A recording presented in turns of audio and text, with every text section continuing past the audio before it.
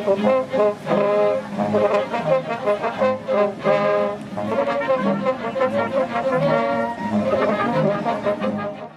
guys, welcome back to the channel. So I truly believe, as a person that still is going to continue to shoot Fuji, yes, I'm more going to stick with my GFX stuff, and I'm definitely going to be shooting the X100 and the GFX 100 RF.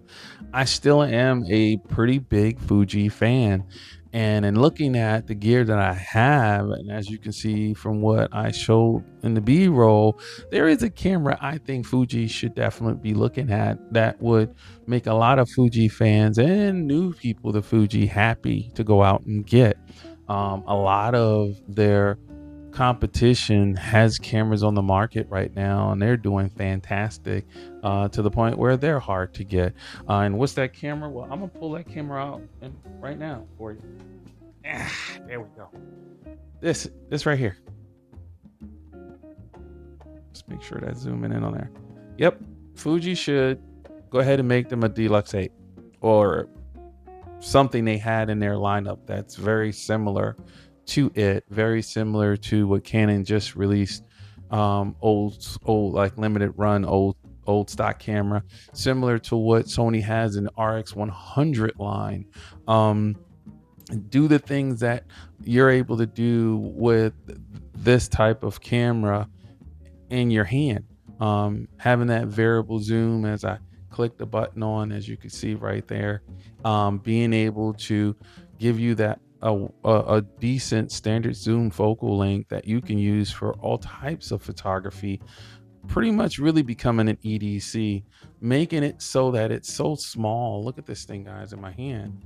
You know, if I zoom, as I get this to focus, making it so small that you have no concerns throwing this in your pocket, throwing this in your bag, having it in your car with you, having it with you, you know, or as Valandis likes to say, I got it on me. You know, you can have this on you because of what this camera can do.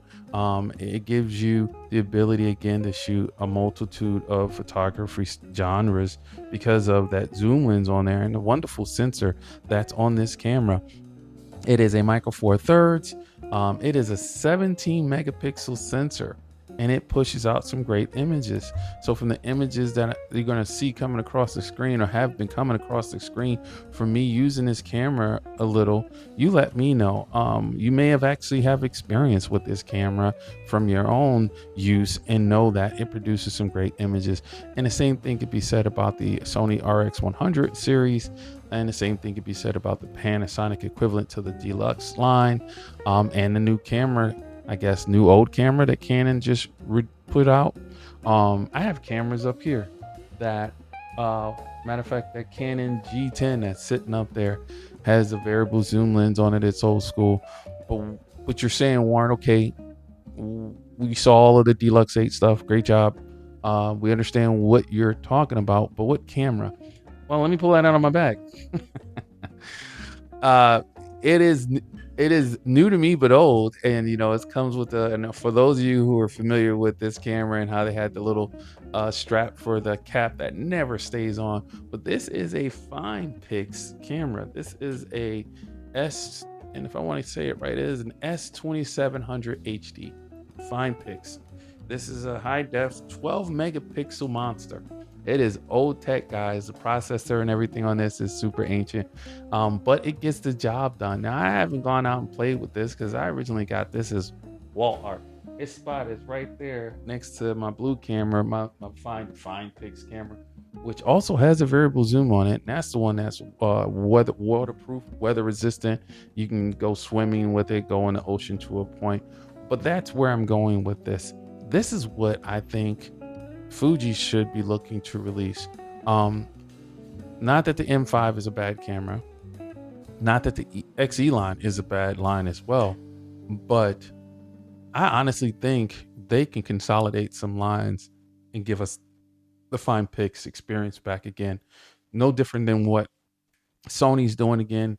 No different than what Panasonic does and Leica does with the Deluxe line.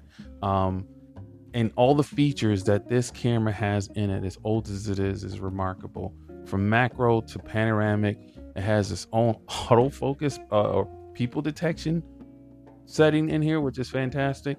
This thing will give me and if I'm looking at this, it goes like 90-meter equivalent for the sensor that's on here. So I can go from 5 to 90 millimeters. Now, granted, it's slow. I think it's a 3.1256 it says, or 6.3, excuse me.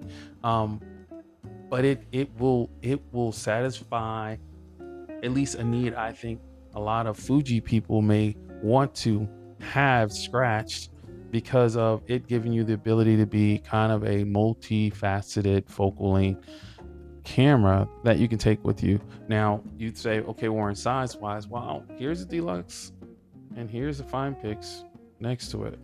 Granted, the cap doesn't want to stay on. It's a little longer, but I know that Fuji can definitely work their magic like Leica did, and Panasonic and Canon and Sony, and give us a modern, up-to-date fine pix camera, and it would be awesome. Fuji colors, give me some simulations, give me that autofocus.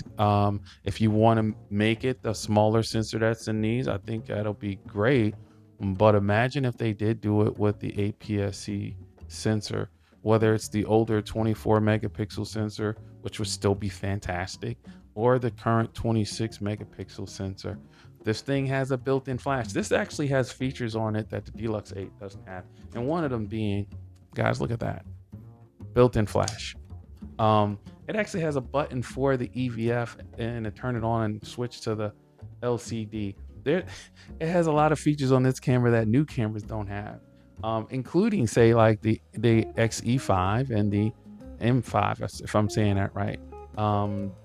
So yeah, I think, as much as I talked about how I don't know if the X line fits me now, this would definitely fit me, actually. This would give the X100 series competition, definitely for travel.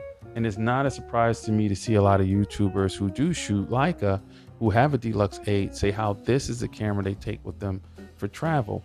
My wife, classic example of how you want a kind of standard zoom. She will take her Sony 7CR with her and then take the, I think, 24 to 50.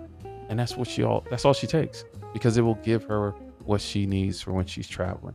So let me know, guys, what do you think? Do you think that Fuji should be looking at bringing the fine pix back out and giving us this as the next camera while we're waiting for those cameras that a lot of Fuji folks currently shoot and want to see a newer version of, like the X-T6, the X Pro 4? I think they really should look at that. Let me know in the comments. I'm done rambling on this one. It's just one of those things that popped in my head, and I wanted to share a video with you guys and get your thoughts around it. Later.